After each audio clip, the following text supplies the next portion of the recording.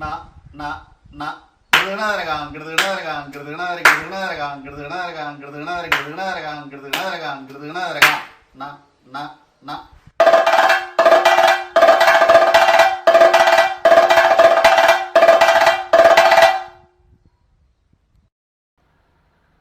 നമസ്കാരം. വൈത്താരിയുടെ പുതിയ അധ്യായത്തിലേക്ക് എല്ലാവർക്കും സ്വാഗതം. കലാനിലയം ദീപക് എന്ന കഥകളി കൊട്ടുകാരൻ്റെ വർത്തമാനങ്ങളാണ് നമ്മൾ ഇന്ന് അറിയാൻ പോകുന്നത്.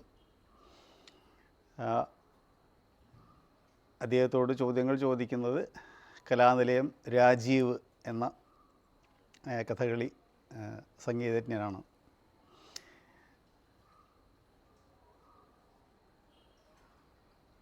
കൊട്ടിനോട് താല്പര്യം തോന്നി അതിൽ കൂടുതൽ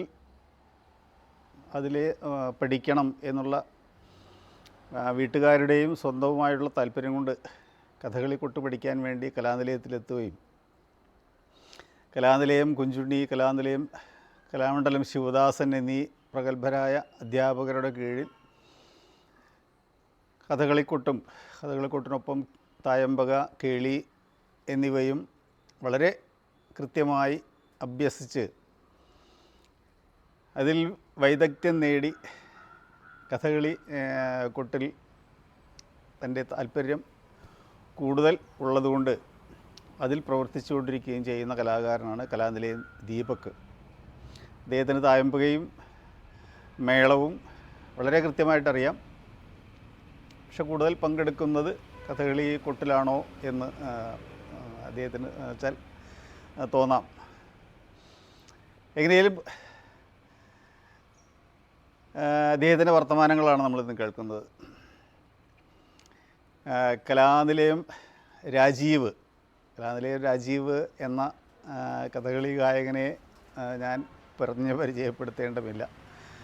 കഥകളി ആസ്വാദകർക്കും കലാകാരന്മാർക്കും സംഗീതജ്ഞർക്കും എല്ലാവർക്കും അറിയാവുന്നതാണ് കലാനിലയം രാജീവ് എന്ന കഥകളി പാട്ടുകാരനെ. ഇദ്ദേഹത്തിൻ്റെ ശുദ്ധമായ സംഗീതം, അരങ്ങ് നിയന്ത്രിച്ചു കൊണ്ടുപോകാനുള്ള കഴിവ്, പുതിയ ആലാപന ശൈലികൾ, അത് പഴമ നിലനിർത്തിക്കൊണ്ട് തന്നെ എന്നൊക്കെ പറഞ്ഞതുപോലെ തന്നെ പറയാവുന്നതാണ്. ഒപ്പം രാഗങ്ങളുടെ പുതിയ രാഗങ്ങളെ അവതരിപ്പിച്ചുകൊണ്ട് ഭാവത്തിന് കൂടുതൽ ഊന്നൽ നൽകിക്കൊണ്ട് പാടാനുള്ള കൗതുകകരമായ ശേഷി, ഇതൊക്കെ രാജീവിൻ്റെ പ്രത്യേകതകളാണ്. അരങ്ങ് നിയന്ത്രിച്ച് കൊണ്ടുപോകുന്നതിനോടൊപ്പം തന്നെ സഹകലാകാരനെ കൊണ്ടുപോകുന്നതിലുള്ള അദ്ദേഹത്തിൻ്റെ പാഠവും വളരെ കൃത്യമാണ്. എങ്ങനെയും രാജീവിനെ ഇതിൻ്റെ ചോദ്യങ്ങൾ ചോദിക്കാൻ കിട്ടിയതിൽ ഞാൻ ഏറ്റവും സന്തോഷിക്കുന്നുണ്ട്. അതുകൊണ്ട് ഒരു പക്ഷേ 2 വാക്ക് കൂടുതൽ രാജീവിനെക്കുറിച്ച് ഞാൻ പറഞ്ഞു എന്ന് വരാം. അതിൽ മറ്റൊന്നും തോന്നേണ്ടതില്ല. എനിക്ക് അദ്ദേഹത്തിനോടുള്ള താല്പര്യം കൊണ്ട് തന്നെയാണ്. അപ്പോൾ അദ്ദേഹം ഇതിൽ പങ്കെടുത്തതിനുള്ള സന്തോഷം ഞാൻ ഒരിക്കൽ കൂടി രേഖപ്പെടുത്തുന്നു. ആ രാജീവനാണെന്ന് ചോദ്യങ്ങൾ ചോദിക്കുന്നത്. ദീപക്കിനെക്കുറിച്ച് 2 വാക്കുകൂടി ഞാൻ പറയാൻ ആഗ്രഹിക്കുന്നു. അത് മറ്റൊന്നുമല്ല, ഇത്തരം കലാകാരന്മാരെ ഞാൻ അവതരിപ്പിക്കുന്നു എന്നുള്ളത് എൻ്റെ ഒരു പ്രത്യേകതയായിട്ട് കണക്കാക്കേണ്ടതില്ല.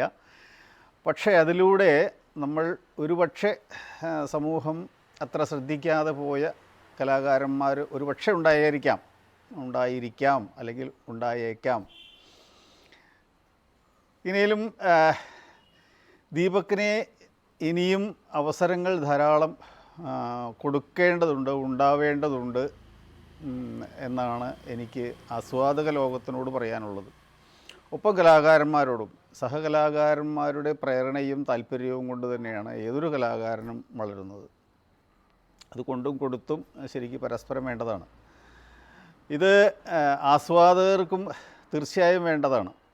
ആസ്വാദകർക്ക് കലാകാരനെ തൻ്റെ പരിപാടിയിൽ ഉൾപ്പെടുത്താനുള്ള മനസ്ഥിതി ഉണ്ടാവണം, അദ്ദേഹത്തെ വളർത്താനുള്ള മനസ്ഥിതി ഉണ്ടാവണം. അതേത് തരത്തിലാണെങ്കിലും, അത് പ്രവൃത്തിയിലാവട്ടെ സാമ്പത്തികത്തിലാവട്ടെ, രണ്ടും ഒരുപോലെ വേണ്ടതാണ്. അപ്പോൾ അത്തരത്തിൽ ധാരാളം കഴിവുകളുള്ള ഒരു കലാകാരനാണ് കലാനിലയം ദീപക്. ആകാരവും ആരോഗ്യവും പ്രവൃത്തിയും ഒരുപോലെ നിറഞ്ഞു നിൽക്കുന്ന കലാകാരനാണ് ദീപക്. അദ്ദേഹത്തിന് കൊട്ടുന്നതിന് ഒരു പക്ഷേ മടിയോ അല്ലെങ്കിൽ പരിപാടിക്ക് പോകുന്നതിന് മടിയോ ഉണ്ടോ എന്ന് എനിക്ക് മുഴുവൻ അറിയില്ല. അത് വ്യക്തിപരമായ ഉള്ളു നമുക്കറിയാൻ സാധിക്കില്ല. എങ്ങനെയും അദ്ദേഹത്തിന് ഇനിയും ധാരാളം അവസരങ്ങൾ വേണ്ടതുണ്ട് എന്നാണ് എനിക്ക് തോന്നുന്നത്. അത് അല്ലെങ്കിൽ കൊടുക്കേണ്ടതുണ്ട് എന്ന്.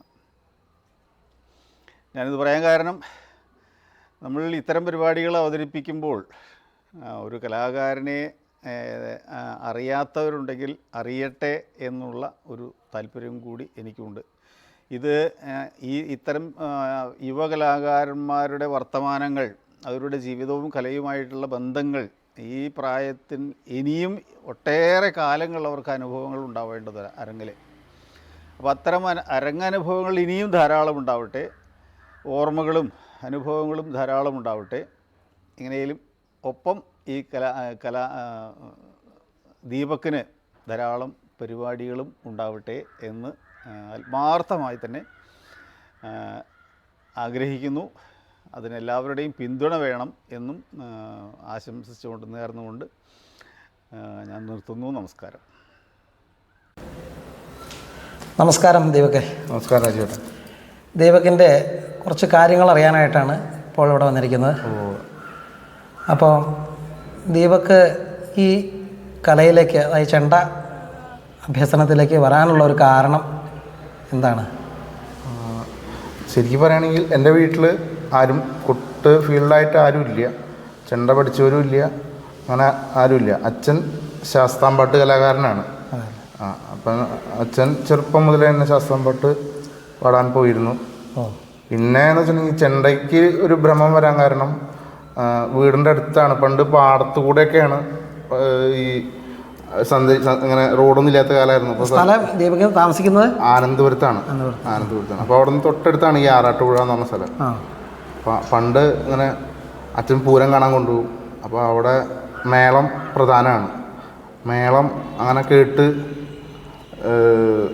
ഒരു എന്താ പറയുക ലഹരി പോലെയായിരുന്നു. മേളത്തിൽ ഭ്രമിച്ചിട്ടാണ് അതെ അതെ അതെ ഇവിടെ വന്നത് കഥകളിക്കൊട്ട് പഠിക്കാനാണെന്ന് അറിഞ്ഞിട്ടാണോ വന്നത്? അല്ല, അങ്ങനെയല്ല. ഇത് മെയിനായിട്ട് വരാൻ കാരണം എന്താണെന്ന് വെച്ചിട്ടുണ്ടെങ്കിൽ വീട്ടിലും ശല്യമായി. ഈ മേളം കേട്ട് ഡപ്പയിലും പാട്ടയിലൊക്കെ കൊട്ടി അങ്ങനെ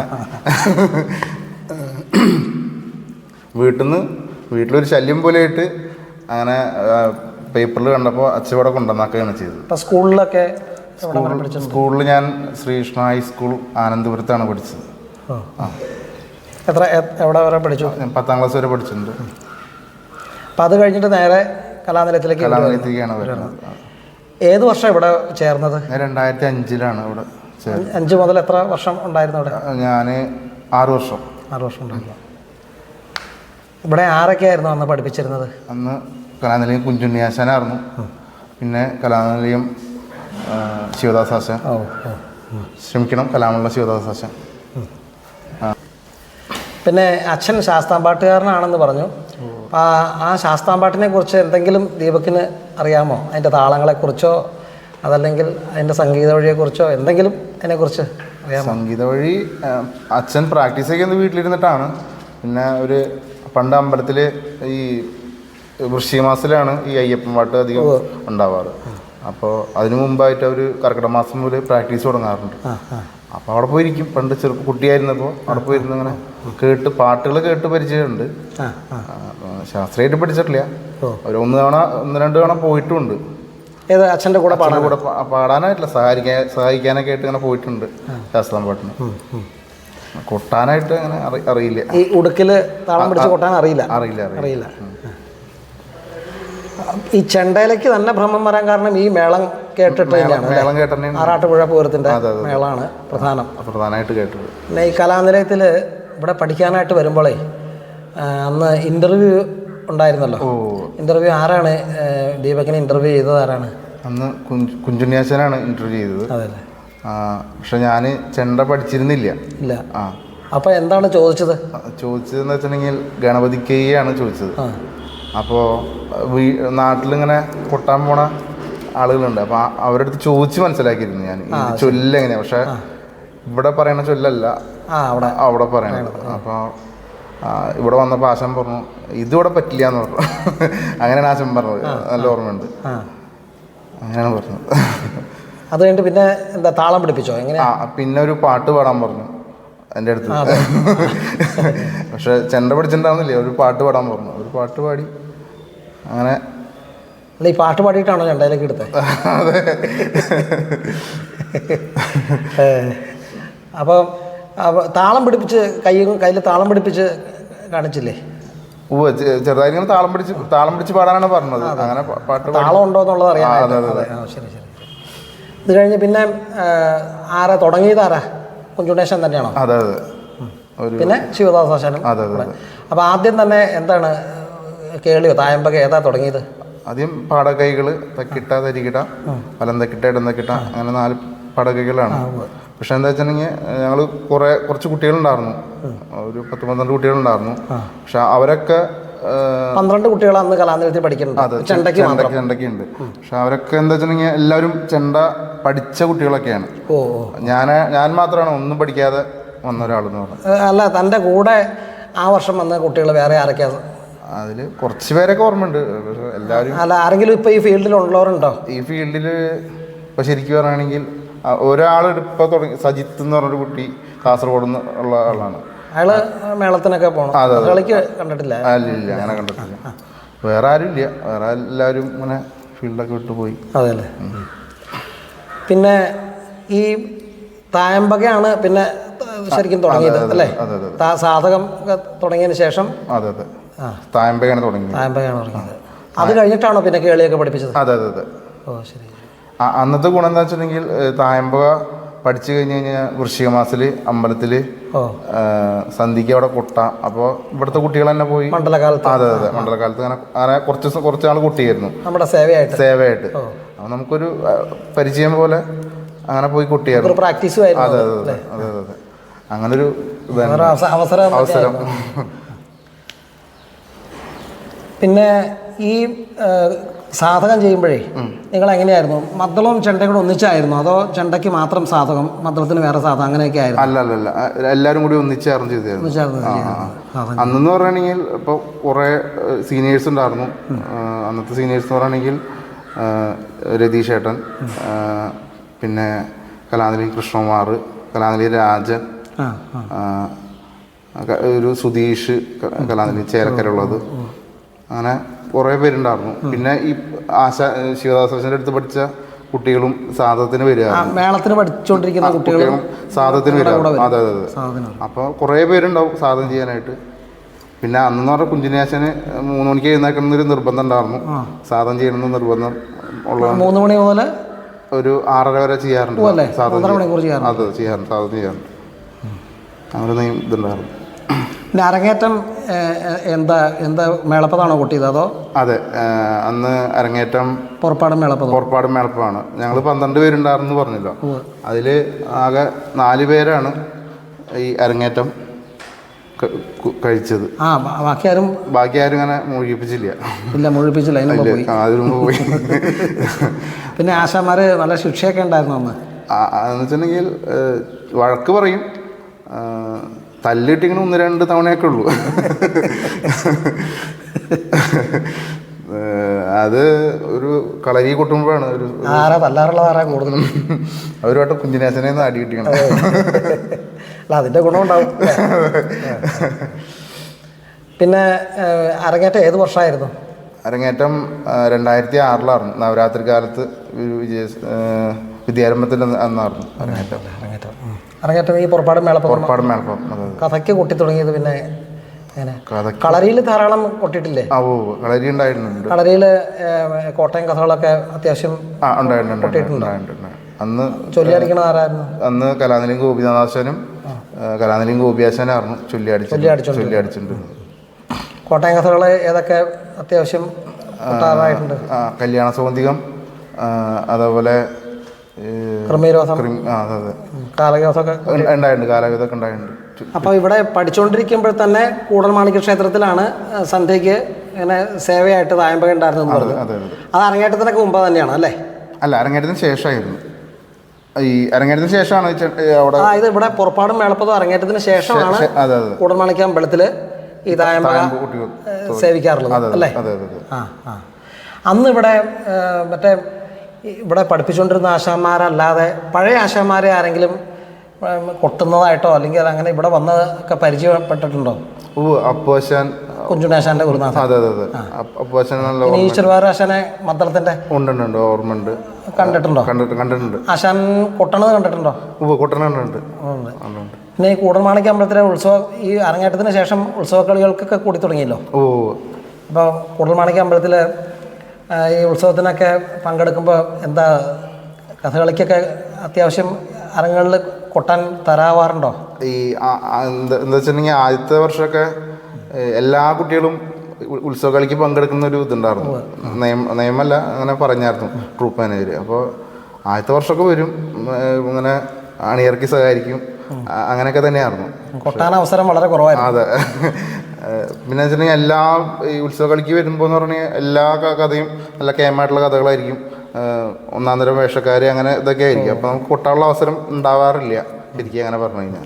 പിന്നെ ഡബിളിലോ ഒക്കെ ത്രിബിളൊക്കെ വേണ്ടി അല്ലേ? ഡബിളിലും ഉണ്ടാവാറില്ല, ത്രിബിളായിട്ട് അങ്ങനെ വേണ്ടി വരും. അതെ അതെ. അങ്ങനെയൊക്കെ തന്നെ ഉണ്ടാവാറുള്ളൂ. പിന്നെ ഈ അന്നെന്ന് പറഞ്ഞിട്ടുണ്ടെങ്കിൽ ആശാൻ പറയും ഈ ആട്ടത്തിനൊക്കെ ചേങ്ങിൽ പിടിക്കാൻ പറയും നിർബന്ധമായിട്ട് എപ്പോഴും. പാട്ടുകാർ വച്ചിട്ട് പോവുകയാണെങ്കിൽ അതെ അതെ. അപ്പൊ പോയി ചേങ്ങിൽ പിടിക്കാൻ, ചേങ്ങിൽ താളം പിടിക്കാൻ പറയും, അല്ലെങ്കിൽ ഇലത്താളം എടുത്ത് പിടിക്കാൻ പറയും. അത് ചെയ്ത് ഇലത്താളം പിടിക്കണതേ ഇപ്പൊ പറഞ്ഞപ്പോഴാണ് ഈ ഇലത്താളം പഠിക്കുന്നത് ചെണ്ടക്കാർക്ക് അത് ചിലപ്പോൾ കയ്യിന് സ്വാധീനക്കുറവ് വരുന്നൊക്കെ പറയുന്നത് അങ്ങനെ ഉണ്ടോ? അത് ചിലരിങ്ങനെ പറയണേക്കാം, അതുകൊണ്ട് ചോദിച്ചു. അതുണ്ടായിരുന്നു, അങ്ങനെ പറയും. പക്ഷെ നമുക്ക് ഈ പിടിക്കുമ്പോൾ ഇവിടെ അമരം വരിക, അപ്പോൾ ഒരു കൊട്ടുമ്പോൾ ഒരു സ്വാധീനക്കുറവ് തോന്നാറുണ്ട്. എല്ലാവർക്കും ഉണ്ടോ എന്ന് വെച്ചാൽ അറിയില്ല. ഇതെന്താ വെച്ചിട്ടുണ്ടെങ്കിൽ ഈ താളം പിടിക്കാൻ ആശാൻ എപ്പോഴും പറയായിരുന്നു. കളരിയിലായാലും നമുക്ക് താളം കിട്ടണമെന്നുണ്ടെങ്കിൽ ഈ ഓരോരുത്തർ കൊട്ടുമ്പോഴും അല്ലെങ്കിൽ അവർ കളിക്കുമ്പോഴും നമ്മൾ ഇതിൽ താളം പിടിച്ചു കഴിഞ്ഞാൽ അതിൻ്റെ ഒരു അനുഭവം നമുക്ക് കിട്ടുന്ന, അങ്ങനെ പണ്ട് ആശാൻ പറഞ്ഞായിരുന്നു. ഏലത്താളം മാത്രം പോരാ, ചെങ്കിലയുടെ ശബ്ദം. അതെ അതെ. പിന്നെ ഈ കൂടൽമാണിക്യ അമ്പലത്തിലെ ഉത്സവം എന്ന് പറഞ്ഞാൽ വളരെ ഗംഭീരമായിട്ടുള്ള ഒരു ഉത്സവമാണല്ലോ. അപ്പോൾ സാധാരണ ഒരാളെ സംബന്ധിച്ച് ഇപ്പോൾ താനിപ്പോൾ ആറാട്ടുപുഴ പൂരമൊക്കെ കണ്ടു വന്ന ഒരാളെ സംബന്ധിച്ചിടത്തോളം എത്ര ഉണ്ട് ഇത് അനുഭവമാകുമെന്ന് അറിയില്ല. എങ്കിലും കൂടൽമാണിക്യ അമ്പലത്തിലെ ഉത്സവം സാധാരണ ഒരാളെ സംബന്ധിച്ചിടത്തോളം അതൊരു വലിയൊരു ഉത്സവമാണല്ലോ. അത് ഈ 10 ദിവസവും 15 ആനയും ഒക്കെ ആയിട്ടുള്ള. അപ്പം അന്ന് മേളത്തിനൊക്കെ കൂടാറുണ്ടോ, പറ്റാറുണ്ടോ? മേളത്തിന് ഞാൻ എൻ്റെ സ്വദേശം ആനന്ദപുരാന്ന് ഞാൻ പറഞ്ഞില്ലല്ലോ. അപ്പോൾ ഇവിടുന്ന് ഒരു 8 കിലോമീറ്റർ ഉള്ളൂ കൂടൽമാണിക്യ അമ്പലത്തിൽ നിന്ന്. പക്ഷേ ആദ്യം ഞാൻ വന്നിട്ടുണ്ട് ഉത്സവം കാണാനായിട്ട്. അപ്പോൾ പഠിക്കുന്നതിന് മുമ്പ് വന്നിട്ടുണ്ട്. പക്ഷെ അന്ന് ഇവിടുന്ന് തിരിച്ചു പോകാൻ ബസ്സൊന്നും ഇല്ല അന്നത്തെ കാലത്ത്. ഞങ്ങളുടെ അങ്ങോട്ട് ബസ്സില്ല ശരിക്കും പറഞ്ഞു കഴിഞ്ഞാൽ. അപ്പോൾ ഇവിടെ കിടന്നിട്ട് അന്ന് ഈ ഉത്സവം കണ്ടു കഴിഞ്ഞിട്ട് ഈ കഥകളി ഉണ്ടാവാറുണ്ട് അന്ന്. പക്ഷെ ഇവിടെ കിടന്ന ഓർമ്മയുണ്ട് കുട്ടിയായിരിക്കും. പക്ഷെ അന്ന് ഇങ്ങനെ ഈ താടി വേഷം കണ്ട് പേടിച്ചിട്ടുണ്ട്. ഞാൻ ഇവിടുന്ന് എനിക്ക് ഓടിയ ഒരു ഓർമ്മയുണ്ട്. താടി വേഷം കണ്ടിട്ട് ഇവിടുന്ന് എനിക്ക് ഓടി, അങ്ങനെ അവിടെ പോയി നിന്ന് ഓരോ ഓർമ്മയുണ്ട്. അങ്ങനെ ഒരു ഓർമ്മയുണ്ട് എനിക്ക്. പിന്നെ കൊട്ടുമ്പോൾ ഇതിനെക്കുറിച്ച് ആലോചിക്കാറുണ്ടോ? ഈ താടി വേഷങ്ങൾക്ക് പിന്നിൽ നിന്ന് കൊട്ടുമ്പോഴേ പിന്നെ അത് ഓടിയ കാര്യം. പിന്നെ അത് കഴിഞ്ഞതിന് ശേഷം കുറച്ച് ഇതിനെക്കുറിച്ചൊരു ബോധമായി വന്നതിന് ശേഷമാണ് കാര്യങ്ങളൊക്കെ ഓർമ്മ വന്നു. അല്ല, ഞാൻ ചോദിച്ചത് വേറെ കാര്യമാണ്. അതായത് ഈ മേളത്തിന് കൂടാൻ പറ്റാറുണ്ടോ, അത് കൂടിയിട്ടുണ്ടോ? മേളത്തിന് കൂടിയായിരുന്നു, ആ സമയത്ത് അങ്ങനെ കൂടിയായിരുന്നു. പിന്നെ എന്ന് വെച്ചിട്ടുണ്ടെങ്കിൽ ഇപ്പോൾ പറയാൻ പാടണമെന്ന് അറിയില്ല, കുഞ്ഞിനേശം പറയും മേളത്തിന് പോയി കഴിഞ്ഞാൽ നമ്മുടെ കൊട്ടിൻ്റെ ഒരു ശൈലി പോവും എന്നൊക്കെ അങ്ങനെ പറഞ്ഞായിരുന്നു. അങ്ങനെ പേടിപ്പിക്കില്ല, അങ്ങനെ പോണ്ടെന്ന് പറഞ്ഞിട്ടുണ്ട്. ശരിയാണോന്നൊക്കെ അറിയില്ല. പക്ഷെ പിന്നെ അതങ്ങനെയാണ് പോക്ക് നിർത്തി. പക്ഷെ ഉത്സവത്തിന് കൂടിയിട്ടുണ്ട്. ഒരു പഠിച്ചിറങ്ങിയ ഒരു എന്താ പറയുക, നമുക്കൊരു ആവേശമാണ് ഉത്സവത്തിന് കൊട്ടുമ്പോഴേ. എന്ന് വെച്ചിട്ടുണ്ടെങ്കിൽ മേളം അങ്ങനെ കൊട്ടിയിട്ടില്ല. പിന്നെ ആ മേളം കേട്ടിട്ടാണ് ഇവിടെ വന്നത്. ഇപ്പോൾ ഇവിടെയും പഞ്ചാരിയാണ് എല്ലാ ദിവസവും രാവിലെ ശിവലിക്കും പഞ്ചാരി, വൈകിട്ട്. ഈ മേളം കൊട്ടുമ്പോൾ എന്തുകൊണ്ടാണ് കഥകളി കൊട്ടിനെ അത് ബാധിക്കുന്നു പറയാൻ കാരണം എന്താ അറിയാമോ ആശാൻ? അങ്ങനെ പറയാൻ കാരണം അത് എന്താണെന്ന് വെച്ചിട്ടുണ്ടെങ്കിൽ ഈ സ്ഥാനത്ത് കൊട്ടില്ല എന്നുള്ളൊരു ഇതാണ് പറയുക. ഈ ഇപ്പോൾ മേളം കൊട്ടായാലും എല്ലാവരും നടുക്ക് തന്നെ കൊട്ടണം. പക്ഷെ വക്കുന്നോട് നോക്കി കൊട്ടണില്ല എന്നൊരു ഇത് അന്ന് പറഞ്ഞിരുന്നു. അപ്പോൾ അതുകൊണ്ടാണ് അങ്ങനെ. എനിക്ക് തോന്നുന്നത് ചിലപ്പോൾ ഈ ഭ്രമിച്ചിട്ട് ചിലപ്പോൾ ഈ കഥകളി കൊട്ടിയിൽ നിന്ന് മാറി മേളക്കാരനായിട്ട് പോകുമെന്ന് പേടിച്ചിട്ടാണോ? അതായിരിക്കാം പറയാൻ കാരണം. ഏതായാലും ഇത് രണ്ടും കൊണ്ട് നടക്കുന്ന ആൾക്കാരും ഉണ്ടല്ലോ ധാരാളം. അതെ അതെ അതെ ഒത്തിരി ഒത്തിരി പേരുണ്ട്. ആ അപ്പം ആശാൻ ഉദ്ദേശിച്ചതായിരിക്കും. അതുകൊണ്ടായിരിക്കും അന്നത്തെ കാലത്ത് നല്ല ഇന്നും അതെ ഏറ്റവും കൂടുതലും കഥകളിക്കൊട്ടിനേക്കാൾ കൂടുതൽ മേളത്തിനാണല്ലോ ഇപ്പോൾ കൂടുതലൊരു ജനങ്ങൾ ഭ്രമിച്ച് നടക്കുന്നത്. അതെ ഇരിങ്ങാലക്കുടയിലും ഒത്തിരി കുട്ടികളും ഈ ചെണ്ട പഠിച്ച കുട്ടികളും ഒത്തിരി പേരുണ്ട് ഇപ്പോഴും ഉണ്ട്. അതെ അതെ ഇപ്പോഴും ഉണ്ട്. അപ്പോൾ ചിലപ്പോൾ കുഞ്ഞുണ്ണാശാൻ പറഞ്ഞത് ഇതായിരിക്കാം, ഈ കഥകളിക്കൊട്ടിന്ന് ഈ കഥകളിക്കൊട്ടിനേക്കാൾ എളുപ്പമുണ്ടല്ലോ മേളത്തിന്. പുതുമകളൊക്കെ വളരെ കുറവല്ലേ ഈ മേളത്തിന്. അതെ അതെ അതെ. പിന്നെ എന്താ വെച്ചിട്ടുണ്ടെങ്കിൽ ഞങ്ങൾ 12 പേരുണ്ടായിരുന്നു ഞാൻ പറഞ്ഞല്ലോ. അതിന്ന് കുറെ പേര് പോയി. പിന്നെ കുറെ പേര് പോയത് മേളത്തിലേക്കാണോ അതോ ഈ കഥകളി അല്ല ഈ ചെണ്ട ഫീൽഡിൽ നിന്ന് തന്നെ മാറിയോ? കുറെ പേര് ചെണ്ട ഫീൽഡിൽ നിന്ന് തന്നെ മാറി, ഗൾഫിൽ പോയി, അങ്ങനെ ഉണ്ട്. പിന്നെ 1-2 പേര് ഞാൻ പിന്നെ ഈ തെക്ക് ഭാഗത്തുള്ളവരായിരുന്നു. ഒരാൾ അജയ് എന്ന് പറഞ്ഞിട്ടൊരു ഒരാൾ അമ്പാറ ഉള്ളതാണ്, പാമ്പാടി അടുത്ത്. അപ്പം അവിടെ ഒരു കളിക്ക് പോയപ്പോൾ അങ്ങനെ കണ്ടിരുന്നു അയാൾ ചെണ്ട ഫീൽഡായിട്ട് തന്നെ പോകുന്നുണ്ട്. പിന്നെ ഈ കലാനിലയത്തിൽ എത്ര വർഷം പഠിച്ചിരുന്നു എന്ന് പറഞ്ഞത്? ഞാൻ 4 വർഷം ഡിപ്ലോമയും 2 വർഷം PG ആണ് ചെയ്തത്. 6 വർഷം പഠിച്ചു. ഈ ഇവിടുന്ന് കോഴ്സ് കഴിഞ്ഞിട്ട് പിന്നീട് ഉപരിപഠനം എന്നുള്ള എനിക്ക് കൂടുതൽ വേറെ ആരുടെയെങ്കിലും കീഴിൽ പഠിക്കാൻ ശ്രമിച്ചിട്ടുണ്ടോ? പഠിക്കാൻ അങ്ങനെ പറ്റിയിട്ടില്ല ശരിക്കും പറഞ്ഞാണെങ്കിൽ. പിന്നെ തായമ്പ പഠിക്കാൻ നമ്മുടെ കലാനിലയം ഉദയൻ നമ്പൂരി അടുത്ത് അങ്ങനെ പോയിരുന്നു. അപ്പോൾ ഉദയേട്ടൻ അങ്ങനെ തായമ്പ. ഉദയൻ കണ്ണൂർക്ക് അങ്ങോട്ട് പോവോ പഠിക്കാൻ? ഇല്ല, ഉദയേട്ടൻ ഇവിടെ വന്ന് താമസിച്ചതിന് ശേഷമാണ് ഇങ്ങനെ ക്ലാസ്സിന് വന്നിരുന്നത്. അതെ അതെ. ശരി. പിന്നെ ഈ മാർഗിയിൽ ഇങ്ങനെ ട്രൂപ്പുകളിക്ക് പോകാറുണ്ട്. ഈ കലാനിലയം കൃഷ്ണകുമാർ എൻ്റെ സീനിയറായിട്ട് പഠിച്ച അദ്ദേഹം മാർഗിയിലാണ് ജോലി ചെയ്യുന്നത്. അപ്പോൾ മാർഗിയിൽ പോകുമ്പോൾ ഇങ്ങനെ കളിക്കൊക്കെ പോകുമ്പോൾ 1-2 ദിവസം കഴിഞ്ഞിട്ടേ വരുള്ളൂ. അവിടെ നിന്ന് കുറച്ച് കാര്യങ്ങളൊക്കെ പറഞ്ഞ് മനസ്സിലാക്കും. പിന്നെ കൃഷ്ണദാസേട്ടൻ അങ്ങനെ കുറച്ച് സഹായിച്ചിട്ടൊക്കെ ഉണ്ട്. അങ്ങനെ അവരൊക്കെ കുറച്ച് കാര്യങ്ങളൊക്കെ പറഞ്ഞു തരും. അങ്ങനെയൊക്കെ ഉണ്ടായിട്ടുണ്ട്. പിന്നെ പുറമേക്ക് പോയതിന് ശേഷം ഈ നല്ല കഥകളി ഇറങ്ങുക കഥകളി ഇറങ്ങുക എല്ലാം നല്ലത് തന്നെ, എങ്കിലും കുറച്ചുകൂടി സീനിയേഴ്സിൻ്റെ കൂടെ കൊട്ടാനുള്ള അവസരങ്ങളൊക്കെ ലഭിച്ചിട്ടുണ്ടോ? അത് നമുക്ക് എപ്പോഴും മനസ്സിൽ തങ്ങി നിൽക്കണ ചില അനുഭവങ്ങൾ ഉണ്ടാവുമല്ലോ. അതിപ്പം ആരുടെ കൂടെ കൊട്ടിയപ്പോഴാണ് അല്ലെങ്കിൽ ആരുടെയൊക്കെ കൂടെ കൊട്ടുമ്പോഴാണ് നമുക്ക് ഒരു ഊർജം കൂടുതൽ ലഭിക്കാറുള്ളത്? കൊട്ടുമ്പോൾ എന്ന് വെച്ചിട്ടുണ്ടെങ്കിൽ ഈ കോഴ്സ് കഴിഞ്ഞതിന് ശേഷം ശരിക്കും 2 വർഷം ശരിക്കും പരിപാടികളൊന്നും ഉണ്ടായിരുന്നില്ല. അങ്ങനെ ഒരു അവസ്ഥയായിരുന്നു. പിന്നെ വീണ്ടും സാധകം ചെയ്യാനായിട്ട് ഞങ്ങൾ രതീഷേട്ടൻ രാമമംഗലത്താണ് താമസിക്കുന്നത്. അപ്പോൾ അവിടെ പോയി താമസിച്ച് അങ്ങനെ 1 മാസത്തോളം നിൽക്കും, അല്ലെങ്കിൽ 2 ആഴ്ച നിന്ന് സാധകം ചെയ്യാറുണ്ട്. സാധകം ചെയ്ത് പിന്നെ സീസണാകുമ്പോൾ പരിപാടിക്ക് പോകും. അല്ലെങ്കിൽ അങ്ങനെ ഇതുണ്ടായിരുന്നു. പിന്നെ ഇവിടെ ഈ കലാനിലയത്തിന് മുമ്പിൽ തന്നെ ഒരു കർമ്മവേദി എന്ന് പറഞ്ഞ ഇതുണ്ടാവും പണ്ട്, ഇപ്പം ഇല്ല. അപ്പോൾ അവിടെ അങ്ങനെ ഞങ്ങൾ സാധകം ചെയ്തായിരുന്നു. ശരിക്കും സാധകം എന്ന് പറഞ്ഞാൽ പോരാ, രാവിലെ ഉച്ചയ്ക്ക് വൈകുന്നേരം ഒക്കെ കൊട്ട തന്നെയായിരുന്നു. പിന്നെ ഇവിടെ ഇടയ്ക്ക് നിലാവസാധമൊക്കെ ഉദയൻ്റെ ചുമതലയിൽ നേതൃത്വത്തിൽ ഇവിടെ നടത്തിയായിരുന്നു. അന്ന് ഞാൻ പങ്കെടുത്തിട്ടില്ല. പിന്നെ കഥകളിക്കൊക്കെ നല്ല വേഷക്കാരുടെ കൂടെയും ഒക്കെ അങ്ങനെയൊക്കെയുള്ള കൊട്ടാനുള്ള അവസരങ്ങൾ ധാരാളം ലഭിച്ചിട്ടുണ്ടോ? അവസരങ്ങൾ എന്ന് പറഞ്ഞാണെങ്കിൽ 1 കൊല്ലം ഇങ്ങനെ പാമ്പാടി സ്ഥലത്ത് കളിക്ക്. പാമ്പാടി ഏത് പാമ്പാടിയാണ് ഉദ്ദേശിക്കണേ? കോട്ടയം പാമ്പാടി. നമ്മുടെ കോട്ടയ്ക്കൽ ചന്ദ്രശേഖര ആശാന്റെ കീജപദം, അങ്ങനെ 15 ഉണ്ടായിരുന്നില്ല, ബാക്കി മുതൽ കൊട്ടാൻ. ഏത് കഥയായിരുന്നു? കീജപദം.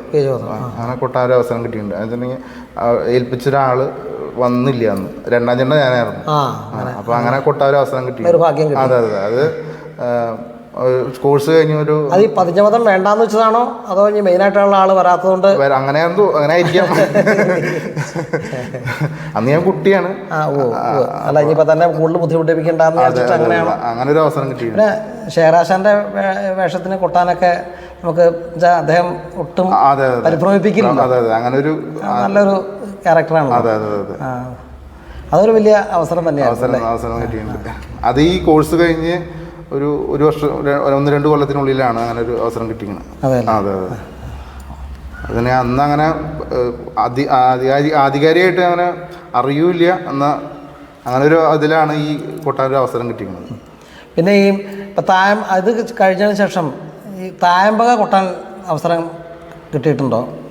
തായമ്പക കൊട്ടാൻ അവസരം ശരിക്കും പറഞ്ഞാൽ കിട്ടിയിട്ടില്ല എന്ന് തന്നെ പറയാം. പിന്നെ ഞങ്ങൾ ഈ സാധകം ചെയ്യുന്നതിനിടയ്ക്ക് തായമ്പ അങ്ങനെ കുറേ കുട്ടി നോക്കിയിട്ട് ഞാൻ ഇൻട്രസ്റ്റ് എടുത്തിട്ട് ഒരേ അമ്പലത്തിൽ ഇങ്ങനെ തായമ്പൊക്കെ വെച്ചിട്ടുണ്ട്. എൻ്റെ സ്വന്തം റിസ്കിൽ ഇങ്ങനെ തായമ്പ് കൊട്ടാൻ മോഹം കൊണ്ട് അങ്ങനെ വെച്ചിട്ടുണ്ട്. അങ്ങനെ ഞങ്ങൾ ഇപ്പോൾ രതീഷേട്ടൻ ത്രിബിളായിട്ടും ഡബിളായിട്ടും സിംഗിളായിട്ടും അങ്ങനെ കുറച്ച് തായമ്പ് അങ്ങനെ ഉണ്ടായിട്ടുണ്ട്. പിന്നെ ഒരു ചെറിയൊരു ഇത്, ഈ കഥകളി കൊട്ടിനേക്കാൾ കൂടുതൽ സന്തോഷം തായമ്പ് കൊട്ടുമ്പോൾ തോന്നാറുണ്ടോ? അങ്ങനെ ചോദിച്ചു കഴിഞ്ഞാൽ ഉണ്ട്. ഉണ്ടോ? ഉണ്ട്. അതെന്താ അങ്ങനെ തോന്നാൻ കാരണം? അതെന്ന് പറഞ്ഞാൽ നമ്മൾ ഒരു എന്താ പറയുക, ബുദ്ധിമുട്ട് ഏത് കൊട്ടാനാ? ബുദ്ധിമുട്ട് തായം പൊട്ടാൻ തന്നെയാണ് ശരിക്കും. അതെ അതെ. പക്ഷേ എന്താ പറയുക, നമ്മൾ കുട്ടി ഒരു കുറേ പ്രാക്ടീസ് ചെയ്ത് അത് നമ്മൾ അരങ്ങത്ത് അവതരിപ്പിച്ച് കഴിയുമ്പോൾ ഒരു വല്ലാത്തൊരു സംതൃപ്തി ഉണ്ട്. അല്ല, ഞാൻ ചോദിക്കണതല്ല, തായമ്പ കൊട്ടിയിട്ട് കാര്യമില്ലല്ലോ, ഇതിപ്പം ജനങ്ങളെ പിടിച്ചിരുത്താനുള്ള ഒരു കഴിവ്. പക്ഷെ കഥകളെ സംബന്ധിച്ചിടത്തോളം അത്ര ബുദ്ധിമുട്ടുണ്ടോ? ശരിക്കും പറഞ്ഞാൽ വേഷക്കാരനെ നോക്കി ചെയ്യണം എന്നുള്ളതല്ലേ ഉള്ളൂ. പക്ഷെ അതല്ലേ കൂടുതലും ഒരു ചെണ്ട കലാകാരനെ സംബന്ധിച്ചിടത്തോളം വേഷക്കാരനെ എന്ത് കാണണോ അത് ചെണ്ടക്കാരൻ കാണണമല്ലോ. അതായത് എന്താ ഒരു ഇത് പറയുമല്ലോ, കൊമ്പത്ത് കാണുമ്പോൾ മാനത്ത് കാണണം ചെണ്ടക്കാരൻ. വേഷക്കാരൻ കൊമ്പത്ത് കാണുമ്പോൾ മാനത്ത് കാണണം. അപ്പം അഡ്വാൻസ് ആയിട്ട് ചെണ്ടക്കാരൻ എപ്പോഴും ഒരു കരുതി നിൽക്കേണ്ടത് കഥകളിക്കല്ലേ. അതെ അതെ അതെ അതെ അതെ. അത് ആട്ടത്തിനാണ് ഇങ്ങനെ. അതെ അതെ, അവരെന്താ ചെയ്യണേന്നുള്ളത് നമുക്ക് അഡ്വാൻസ് ആയിട്ട് ഉറപ്പൊന്നുമില്ലല്ലോ. അതെ അതെ അതെ. പിന്നെ ഈ കഥകളിയിൽ ഇപ്പോൾ നമ്മൾ എപ്പോഴും കഥകളിക്ക് എപ്പോഴും വേഷക്കാർക്കാണല്ലോ പ്രാധാന്യം. ഒന്നാം പ്രാധാന്യം ഒന്നാമത്തെ ആള് വേഷക്കാർ തന്നെ, രണ്ടാമതാണ് പാട്ടുകാർക്ക് സ്ഥാനം കൊടുത്തിരിക്കുന്നത്, മൂന്നാമതാണ് മേളക്കാർക്ക്. നമ്മൾ പൊതുവെ പഴയ കാലം മുതൽ അങ്ങനെയാണ് കാണുന്നത്. ഈ മൂന്നാം സ്ഥാനമായി എന്ന് വെച്ചൊരു വിഷമം തോന്നാറുണ്ടോ എന്തെങ്കിലും? ഇല്ല, അങ്ങനെ തോന്നിയിട്ടില്ല. എന്ന് വെച്ചിട്ടുണ്ടെങ്കിൽ അവർ വേഷക്കാരെന്ത് ചെയ്യണോ അതിനനുസരിച്ച് കൂടുതലല്ലേ നമ്മൾ പതിവ്. പക്ഷെ അങ്ങനെ ഒരു വിഷമം സ്ഥാനത്തിൽ പറയണമെന്ന് അതാണ് ശരിയത്. അതായത് മൂന്നാം സ്ഥാനം എന്ന് പറഞ്ഞിട്ട് കാര്യമില്ല. ഈ ഒന്നാം സ്ഥാനക്കാരനാക്കണമെങ്കിൽ ചെണ്ടക്കാരൻ്റെ ഒരു മിടുക്ക് തന്നെയാണ്, സംശയമൊന്നുമില്ല. അല്ലെങ്കിൽ അത് ശരിയാണ്. ഈ ആട്ടത്തിലൊക്കെ അങ്ങനെ തോന്നിയിട്ടുണ്ട്. ഈ ആട്ടം ചില വേഷക്കാർ ചിലർ വളരെ ഒതുക്കി കാണിക്കും, ചിലർ വല്ലാണ്ട് വിസ്തരിച്ച് കാണിക്കും. ഇപ്പം നമ്മൾ ഒട്ടും ചിന്തിക്കാത്ത ചില കാര്യങ്ങൾ, അല്ലെങ്കിൽ ഇതായിട്ട് യാതൊരു ബന്ധമില്ലാത്ത ചില കാര്യങ്ങളൊക്കെ ചിലപ്പോൾ ഈ ആട്ടത്തിൽ വന്നിരിക്കുമല്ലോ. അപ്പം ഇതും കൊണ്ടൊക്കെ അത് ഒന്ന് പ്രയോഗിക്കാൻ അത് പലപ്പോഴും ബുദ്ധിമുട്ട് തോന്നാറുണ്ടോ? ബുദ്ധിമുട്ട് തോന്നാന്ന് വെച്ചിട്ടുണ്ടെങ്കിൽ നമ്മൾ ഈ ആട്ടത്തിൽ പഠിച്ച കാര്യങ്ങളുണ്ടാവും. പിന്നെ ഈ അധികം ഇപ്പോൾ പുരാണം പഠിച്ച അധികം എന്താ പറയുക, ശരിക്കും അങ്ങനെ തന്നെ പറയാം, അരക്കി കലക്കി കുടിച്ച വേഷക്കാർ എന്നൊക്കെ പറയില്ലേ. അപ്പോൾ അങ്ങനെയുള്ളവർ വരുമ്പോൾ ഈ ആട്ടം ഇങ്ങനെ ഭയങ്കരമായിട്ട് വിസ്തരിച്ച് അപ്പം അങ്ങനെ ഒരു എന്താ പറയുക തൊടാത്ത രീതിയിൽ. അതെ അതെ അതെ. അപ്പോൾ ഒരു അരോചകത്വം തോന്നാറുണ്ട്. അങ്ങനെ പറയാൻ പാടുണ്ടോയെന്നറിയില്ല. പിന്നെ ഈ പലപ്പോഴും പല പാട്ടുകാരും ഈ ചെണ്ടയുടെ ശബ്ദം അധികമായിട്ട് വരണു, അപ്പോൾ അതുകൊണ്ട് പലപ്പോഴും കുറയ്ക്കാനൊക്കെ കാണിക്കാറുണ്ട്. അത് എത്രണ്ട് അതിന് ദീപക്കിന് അതിനെക്കുറിച്ച് എന്താണ് ഒരു അഭിപ്രായം? അത് എന്താ വെച്ചിട്ടുണ്ടെങ്കിൽ ചില വേഷക്കാരുടെ ഒരു ഇത് നമ്മൾ വേണമെന്ന് വെച്ച് ചെയ്യുന്നതല്ല. ഈ വേഷക്കാരുടെ ഒരു അവർ ചിലപ്പോൾ ചിലർ തിരിഞ്ഞു നോക്കും. കുറച്ച് സീനിയറായിട്ടുള്ള ആൾക്കാരാണെങ്കിൽ ചിലപ്പോൾ അതെ അതെ. അപ്പോൾ ചിലവർക്ക് നല്ല ശബ്ദം വേണ്ടി വരും, ചിലവർക്ക് ശബ്ദം കുറയ്ക്കാൻ വേണ്ടി വരും. അപ്പോൾ ഒരു എന്താ പറയുക, രാജയുടെ ഒരു പാട്ടുകാരൻ എന്ന രീതിയിൽ ചിലപ്പോൾ അത് ബുദ്ധിമുട്ടായിട്ട് എനിക്കും തോന്നിയിട്ടുണ്ട്. വേണ്ടിയിരുന്നില്ല. അതെ, വേണ്ടിയിരുന്നില്ല എന്ന് തോന്നിയിട്ടുണ്ട്. പിന്നെ ഈ നമ്മളിപ്പോൾ ഇന്നിപ്പം യാത്രയ്ക്കൊക്കെ ഉള്ള വളരെ എളുപ്പമുള്ള കാര്യങ്ങളാണ്. ഈ ചെണ്ട ചുമന്നൊക്കെ ആശാന്മാരുടെ കൂടെ ധാരാളം നടക്കേണ്ടതായിട്ട് വന്നിട്ടുണ്ടോ? അന്ന് ധാരാളം കളിക്ക് തെക്ക് അങ്ങനെ പോയിട്ടുണ്ട്. കുഞ്ഞിനാശൻ്റെ ഒപ്പം പോയിട്ടുണ്ട്, ശിവദാസന്റെ ഒപ്പം പോയിട്ടുണ്ട്. കാറൊന്നുമില്ല? അല്ല, ഒന്നുമില്ല. ബസ്സിന് തന്നെ. അധികം ട്രെയിനാണ് പോവുക. ഇവിടുന്ന് കുളുമണിക്കമ്പലത്തിൻ്റെ അവിടുന്ന് ബസ് കയറി ഇരിങ്ങാലക്കുടന്ന് ട്രെയിനാണ് പോവുക. അങ്ങനെ പിറ്റേ ദിവസം രാവിലെ വരും. പക്ഷെ അന്നും പിറ്റേ ദിവസം വന്നാലും ക്ലാസ് നിർബന്ധം വേണമെന്ന് പറയാം. അങ്ങനെ ഒരു ഇതുണ്ടായിരുന്നു. പിന്നെ എന്ന് പറയുകയാണെങ്കിൽ മാർഗിയിൽ ട്രൂപ്പ് കളിക്ക് അങ്ങനെ കുറച്ചധികം കാലം പോയിട്ടുണ്ടായിരുന്നു. ഇവിടുന്ന് തിരുവനന്തപുരത്തേക്ക് ചണ്ടയും കൊണ്ട് പോകണം. അതെ അതെ അതെ, അങ്ങനെ ഒരു ഇതുണ്ടായിരുന്നു. പക്ഷെ അതൊക്കെ ഒരു അനുഭവങ്ങളല്ലേ അതൊക്കെ? അതെ അതെ അതെ. കാരണം വെച്ചിട്ടുണ്ടെങ്കിൽ ഈ തെക്കുള്ള കുറച്ച് കഥകൾ ശരിക്കും ഞാൻ കൊട്ടാനായത് അവിടെ ചെന്നിട്ടാണ്. അതേപോലെ നിഴൽക്കൂത്ത് അങ്ങനെയുള്ള കഥകളൊന്നും അതെ അതെ അങ്ങനൊന്നും ഇവിടെ അങ്ങനെ ഈ ഭാഗത്ത് അങ്ങനെ കുറവായിരുന്നു. അപ്പോൾ അത് കൊട്ടിയത് തെക്ക് പോയിട്ടാണ്. ഈ ആരുടെ കൂടെ കൊട്ടുമ്പോഴാണ് കൂടുതലും, ഞാൻ കുറച്ച് മുമ്പ് ചോദിച്ചതാണ്, കുറച്ചും കൂടി നമുക്ക് ഒരു എന്താ പറയണേ, ഒരു ഉത്സാഹം കൂടുതൽ തോന്നാൻ? ഇന്നിപ്പം ചെറുപ്പക്കാരുടെ ഇടയ്ക്കിലൊക്കെ വലിയ മുതിർന്ന ആശാന്മാരെ പറയണ്ട, അല്ലാണ്ട് ഒരു ഇടത്തരം ആൾക്കാരുടെ കൂടെ കൊട്ടുമ്പോൾ കൂടുതലും നമുക്ക് മനസ്സുകൊണ്ടൊരു സന്തോഷം. അപ്പോൾ ഞങ്ങൾക്കാണെങ്കിലും ഉണ്ട് അങ്ങനെയൊക്കെ. അപ്പോൾ നമ്മളൊക്കെ ഞങ്ങൾ പണ്ട് പാട്ട് പാടുമ്പോൾ നമുക്ക് ഹൈദരാലിൻ്റെ കൂടെ പാടാൻ ഭയങ്കര മോഹമായിരുന്നു. വെൺമണി ഹരിദാസേട്ടൻ്റെ കൂടെ പാടാൻ മോഹമായിരുന്നു. ഗംഗാറാശാൻ്റെ കൂടെ പാടാൻ മോഹം ഉണ്ടെങ്കിലും പേടിയായിരുന്നു. ആശാൻ നമ്മളെ ഷൗട്ട് ചെയ്യും അരങ്ങത്ത് വെച്ചത്. അപ്പം അങ്ങനെ അല്ലാണ്ട് ഞാൻ പറഞ്ഞതെന്ന് വെച്ചാൽ ഈ ആശാന്മാരാണെങ്കിൽ പോലും വല്ലാണ്ട് മുതിർന്ന ആശാന്മാരുടെ കൂടെ അധികം കൂടിയിട്ടുണ്ടാവുമോ? അങ്ങനെ അധികം കൂടുകയെന്ന് വെച്ചിട്ടുണ്ടെങ്കിൽ ഇപ്പോൾ ഉണ്ണീഷാശാൻ, അങ്ങനെ കൃഷ്ണാസേട്ടൻ, അവിടുന്ന് താഴേക്ക് അങ്ങനെ ഉണ്ടായിട്ടുള്ളൂ, അധികം ഉണ്ടായിട്ടുള്ളൂ. അങ്ങനെ അതിന് മുകളിലേക്ക് അങ്ങനെ ഉണ്ടായിട്ടില്ല. ഈ ഉണ്ണീഷാസൻ്റെ ഒപ്പായാലും കൃഷ്ണാസൻ്റെ വിരലിലെണ്ണാവുന്ന അവസരങ്ങൾ ഉണ്ടായിട്ടുള്ളൂ. അതെ അതെ അതെ. പിന്നെ ഞാൻ പറഞ്ഞില്ല, ഈ മാർഗിരി ട്രൂപ്പ് കളിക്ക് പോകുമ്പോൾ കൃഷ്ണാസൻ്റെ ഒപ്പം അങ്ങനെ കുറച്ചധികം കൊട്ടാൻ അവസരം കിട്ടിയിട്ടുണ്ട്. അത് ശരിക്കും നമ്മുടെ ഊർജ്ജം മുഴുവൻ ഊറ്റിയെടുക്കുന്ന ഒരു കൊട്ടാവല്ലേ. ഒരു ദിവസം കൊട്ടിക്കഴിഞ്ഞാൽ 4 ദിവസത്തേക്ക് റെസ്റ്റ് വേണ്ടി വരും. അങ്ങനെ ഒരു കൊട്ടായിരുന്നു. അത് ഈ ദുര്യോധനതും ദക്ഷയാകാനുള്ള പോലെ കഥകളൊക്കെ ആകുമ്പോൾ പിന്നെ പറയും വേണ്ട. അത് അവസാനം ആകുമ്പോഴത്തേക്കും നന്നായിട്ട് പണിയെടുക്കേണ്ട ഒരു കൃഷ്ണാസേട്ടൻ്റെ കുട്ടി ഞാൻ ശ്രദ്ധിച്ചിട്ടുണ്ട്. ആ സമയമാകുമ്പോഴത്തേക്കും ഊർജ്ജം കൂടുതലാവുക. അതെ അതെ, ഊർജ്ജം കൂടുതൽ വരിക. പിന്നെ ഈ ചെറുപ്പക്കാരുടെ ഇടയിൽ എന്ന് പറയുകയാണെങ്കിൽ അധികം കൂട്ടിയിരിക്കുന്നത് പിന്നെ കലാനിലി രതീഷേൻ്റെ ഒപ്പമാണ് അങ്ങനെ അധികം കൂട്ടിയിരിക്കുന്നത്. ഉദയൻ്റെ കൂടെ പിന്നെ ഉദയേട്ടൻ അധികം കഥകളിയിൽ അങ്ങനെ അതെ അതെ കുറവായതുകൊണ്ട് അല്ല ഇല്ല, ഇപ്പോൾ അങ്ങനെ ഇപ്പം ഉണ്ട്. അതെ അതെ, പതി ധാരാളമായിട്ടുണ്ട്. പിന്നെ അതേപോലെ വേണുമോഹൻ, കലാമണ്ഡലം വേണുമോഹൻ, അങ്ങനെ അധികം രവിശങ്കർ, കലാമണ്ഡലത്തിൽ നിന്ന് ഇപ്പം കുറേ പേര് ഇറങ്ങിയിട്ടുണ്ട്. അതെ അതെ, നല്ല ചെറുപ്പക്കാർ നന്നായിട്ട് കൊട്ടാൻ കഴിയുന്ന അവരുടെയൊക്കെ കൂടെ ധാരാളം. പിന്നെ ഈ തെക്കനാട്ടിൽ ധാരാളം കളികൾക്ക് കൂടിയിട്ടുണ്ടല്ലോ. അത് ഈ വടക്കോട്ട് അധികം നടപ്പില്ലാത്ത കഥകളായിട്ടുള്ള ഹരിചന്ദ്രചരിതം, നിഴൽക്കൂത്ത് ഇങ്ങനെയുള്ള കഥകൾക്ക് കൊട്ടാൻ എങ്ങനെയാണ് തോന്നിയിട്ടുള്ളത്? ഒരു ബുദ്ധിമുട്ട് കൂടുതൽ തോന്നിയിട്ടുണ്ടോ? അതോ ഇല്ല, അങ്ങനെ ബുദ്ധിമുട്ട് കൂടുതൽ തോന്നിയില്ല. കാരണം വെച്ചാൽ അങ്ങനെ അധികം ചിട്ടില്ല എന്നല്ല, പക്ഷെ ചിട്ടയുണ്ട്. പക്ഷെ എന്നാലും അങ്ങനെ ബുദ്ധിമുട്ടായിട്ട് തോന്നിയിട്ടില്ല. അല്ല, ഈ ഹരിചന്ദ്രചരിതം പോലത്തെ കഥകൾക്ക് നമ്മൾ കോട്ടയം കഥ പോലത്തെ ചിട്ടയല്ലാന്നേ ഉള്ളൂ. അതിന് ചില ചിട്ടകളുണ്ട്. അത് മനസ്സിലാക്കിയില്ലെങ്കിൽ അതും ബുദ്ധിമുട്ട്. ഏതാ എളുപ്പം തോന്നിയേക്കണം? ഇപ്പോൾ കോട്ടയം കഥകൾക്ക് കൊട്ടാനാണോ, അല്ലെങ്കിൽ ഈ ഇങ്ങനത്തെ സാധാരണ ഈ നിഴൽക്കൂത്ത്, അല്ലെങ്കിൽ ഈ കോട്ടയം കഥകളാകുമ്പോൾ നമ്മൾ കളരി കൊട്ടിയൊരു ശീലമുണ്ട്, തീരുമാനമുണ്ട്. പക്ഷെ മറ്റേതാകുമ്പോൾ അങ്ങനെയല്ല. ഒരു ഇപ്പോൾ നടനായാലും എല്ലാവർക്കും മനോധർമ്മം ചെയ്യാനുള്ളതുണ്ട്. അപ്പോൾ ശരിക്കും കുറച്ച് ഇതായിട്ട് തോന്നിയത് കോട്ടയം കഥകളാണ് എനിക്ക് അങ്ങനെ തോന്നിയിട്ട്. എളുപ്പം എന്നല്ല, നമ്മൾ കളരി ചൊല്ലിയാടിയതുകൊണ്ട് ഒരു നമുക്ക് ധൈര്യം കൂടുതൽ. അതെ അതെ, അങ്ങനെയാണല്ലേ? അങ്ങനെയാണ്. അല്ലാണ്ട് മറ്റേ കഥയാകുമ്പോൾ എന്തും ആവാന്നുള്ള തോന്നലില്ല. അപ്പോൾ ഈ കലാനിലയത്തിൽ നിന്ന് ഇറങ്ങിയതിന് ശേഷം ധാരാളം പരിപാടികൾക്കൊക്കെ ഇങ്ങനെ പോകണ്ടല്ലോ ഇപ്പോൾ. അപ്പോൾ എവിടെന്നെങ്കിലുമൊക്കെ ആയിട്ട് നമുക്ക് പുരസ്കാരങ്ങൾ ലഭിച്ചിട്ടുണ്ടോ? പുരസ്കാരം ലഭിക്കാൻ എനിക്ക് ആദ്യത്തെ ഒരു പുരസ്കാരം ലഭിച്ചത് ഒരു എൻഡോമെൻറ്റ് ഡോക്ടർ കയൻ ഇരിങ്ങാലക്കുട കഥകളി ക്ലബിൻ്റെ ഡോക്ടർ കയൻ പിഷാരടി സ്മാരക കഥകളി ക്ലബിൻ്റെ ഒരു എൻഡോമെൻ്റാണ്. ഈ സ്ഥാപനങ്ങളിൽ വെച്ചിട്ട് മികച്ച വിദ്യാർത്ഥിക്കുള്ള ഒരു എൻഡോമെൻ്റാണ് അന്ന് ആദ്യം കിട്ടിയിരിക്കുന്നത്. ആദ്യത്തെ ഒരു എൻഡോമെൻ്റ്, ഒരു അവാർഡ് എന്ന് തന്നെ പറയാം. എനിക്കന്ന് ഒരു എന്താ പറയുക, ഒരു അവാർഡിന് തുല്യമാണ് അത്.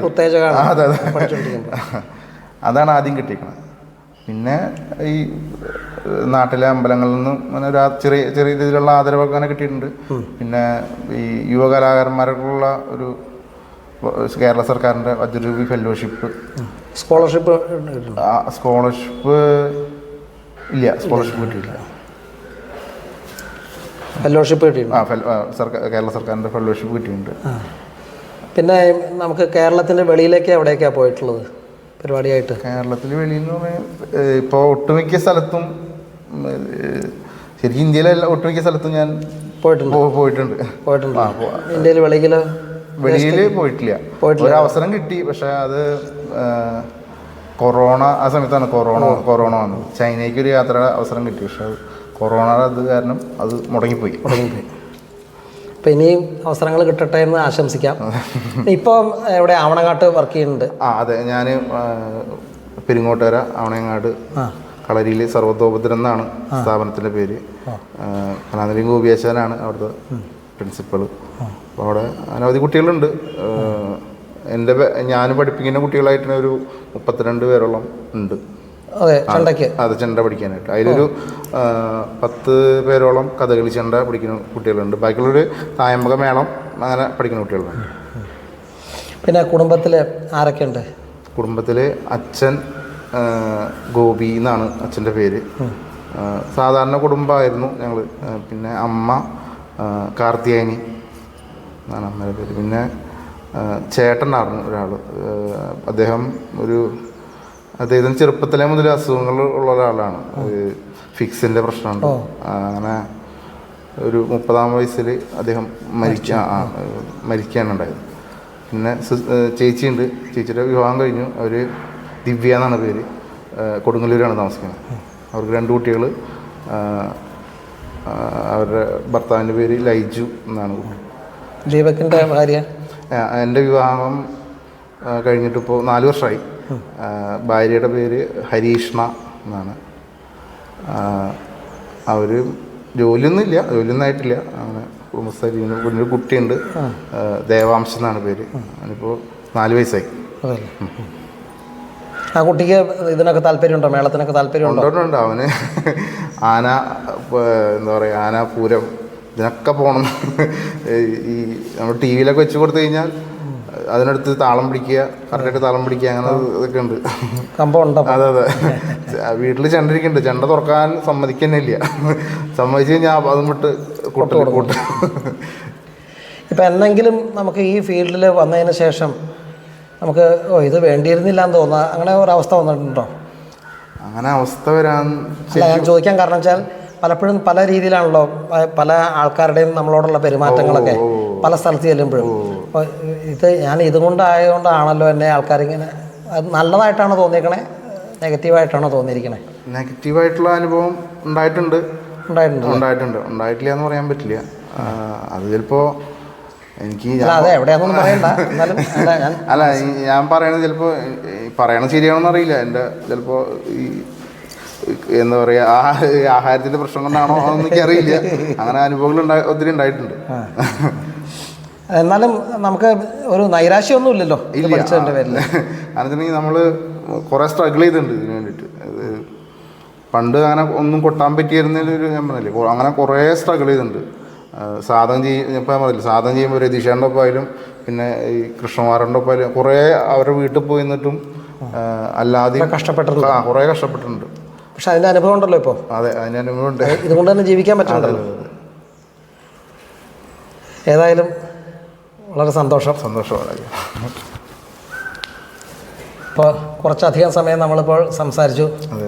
ദീപകിൻ്റെ അരങ്ങേറ്റം മുതൽ ഈ സമയം വരെയുള്ള ആ കലാസപര്യ വളരെയധികം ഭംഗിയായിട്ട് ഇനിയും ധാരാളം അവസരങ്ങൾ ഉണ്ടാവാനും ഇനിയും തനിക്ക് ധാരാളം പുരസ്കാരങ്ങളും ലഭിക്കാൻ ഈശ്വരൻ അനുഗ്രഹിക്കട്ടെ. കുടൽമാണിക്യസ്വാമി അതിനെ അനുഗ്രഹിക്കട്ടെ. ഇത്രയും വിവരങ്ങൾ അറിയാൻ സാധിച്ചാൽ വളരെയധികം സന്തോഷം. ഇപ്പോൾ രാജീവിൻ്റെ അടുത്ത് ഞാൻ ശരിക്കും പറഞ്ഞാൽ കുറേ കാര്യങ്ങളൊക്കെ മറന്ന് പോയേക്കായിരുന്നു. പക്ഷെ അത് അങ്ങനെ പൊടിതെട്ടെടുക്കാൻ പറ്റി. അതിലൊക്കെ ഒത്തിരി സന്തോഷം തോന്നുന്നു. പിന്നെ എത്ര നേരം തുറന്ന് സംസാരിക്കാൻ പറ്റിയതിലും വളരെയധികം സന്തോഷം. നന്ദി. നമസ്കാരം.